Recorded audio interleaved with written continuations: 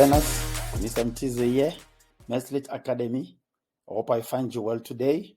We're looking at taxation, personal income tax. What is tax? Like we said in the previous video, this is a compulsory contribution that is levied on citizens by a nation. And they are different. In this case, we have direct taxes, which includes personal income tax, as we're going to look at today, and indirect taxes. But now, basically, what is personal income tax? You need to understand that personal income tax, this is the compulsory, it's always compulsory, right? For everyone who is earning an income. If you're earning an income, you must always know that there is a tax that you are compelled to pay, but it depends on the amounts, as will be explained further. Right. Now, these are the components of personal income tax. The first thing that you need to understand, boys and girls, is gross income. From grade 10, we've been learning about income and expenditure. Now, what is gross income? In this scenario, for the calculations of personal income tax, we consider basic salary plus fringe benefits.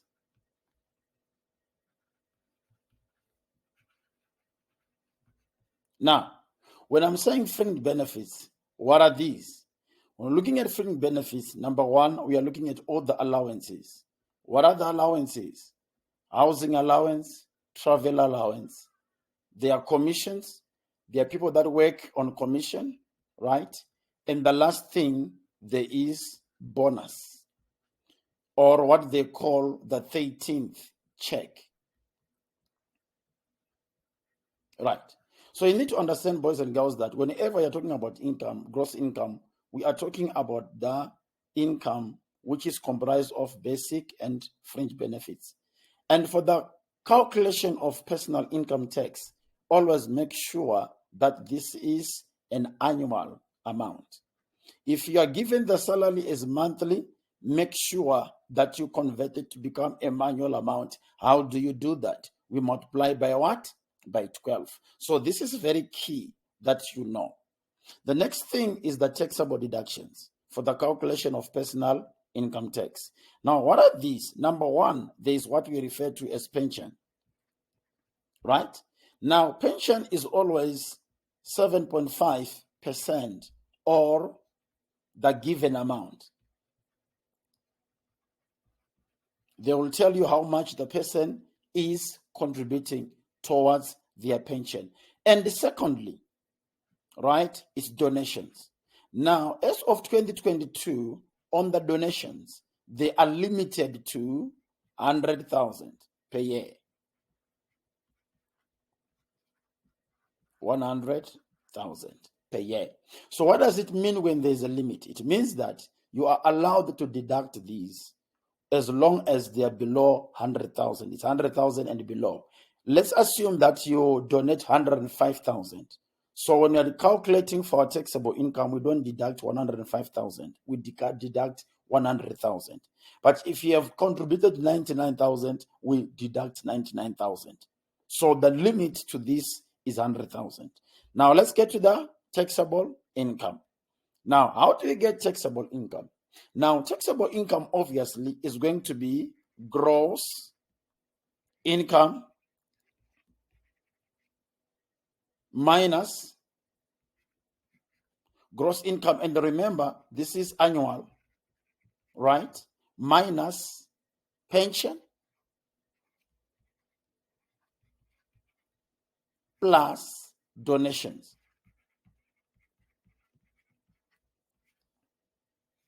And this as well, they are an annual value. So you calculate your gross income as an annual value, including all the items that are supposed to be there. You also calculate your what? Your pension, or use the given amount, you make it an annual figure, and then also the donation. Or you can remove the brackets and say gross income minus pension minus donations. It will all come to the same thing. Right. Let's go to the next one. From there, we need to know about tax tables. Now, on tax tables, boys and girls, you're going to discover that on this left side, they are what we refer to as tax brackets, right? This is what determines which bracket your income falls under. For example, I'll use 420,000. Let us assume that my taxable income is 400 and what? And 20,000.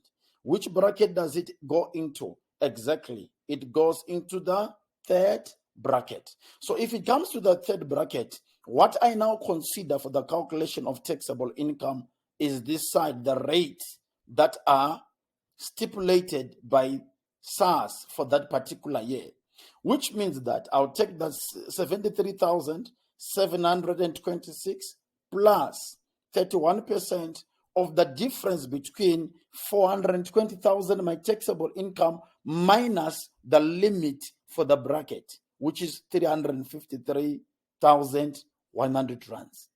That's how you use the tax tables. So you check how much taxable income. Please note, we use taxable income, not gross income. Taxable income, not gross income. That's what you need to do. I hope you get that. The next thing that I need you to know is the tax rebates. Now, rebates, basically, they are discounts. This is a discount that you are given by the government to just make sure that your tax is lower. So how does it work? It works according to age. Anyone under the age of 65 years, he or she must get this tax rebate. So this tax rebate goes for everyone. Even if you're 100 years old, 90 years old, you get the primary rebate. But if you're above 65 and older and below 75, you get the next one, right? And then, so do you see how it works? When you are less than 65, you get the primary rebate, which means everyone else gets the primary rebate. If I'm 75, I get the primary rebate plus the secondary rebate plus the tertiary rebate. That's how it works. And you subtract it from your tax amount that you are supposed to pay. The next thing that we need to understand is the tax threshold. Now, what is the tax threshold? Please note, for you to determine the tax threshold, we use taxable income, not gross income. We check this against your taxable income. How much are you earning? Now, it works with age as well. If you are under 65, if you earn 83,100 per year and less, you don't pay tax.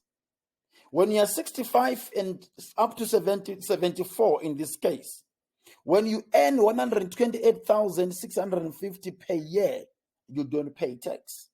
And when you are 75 and older, if you earn less, when you are earning 143,850 and less, you don't pay tax. That's how it works. So before you do any tax calculation, you look at the tax threshold. That's how it works, boys and girls. Now, the next discount from rebates, right, is medical tax credits. I always call them MTCs, medical tax credits. What is it? When you are having a medical aid, this is an incentive the government is giving, that when you have a medical aid, we are going to lower your tax because you have got a medical aid. And now, this is how it works. For the individual, for the taxpayer, right, on a monthly basis, you are allowed 310. But on a yearly basis, if you multiply 310 times 12, is 3,720.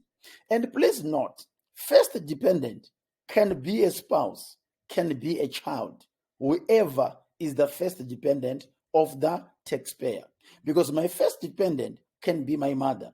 My first dependent can be my wife. My first dependent can be my daughter.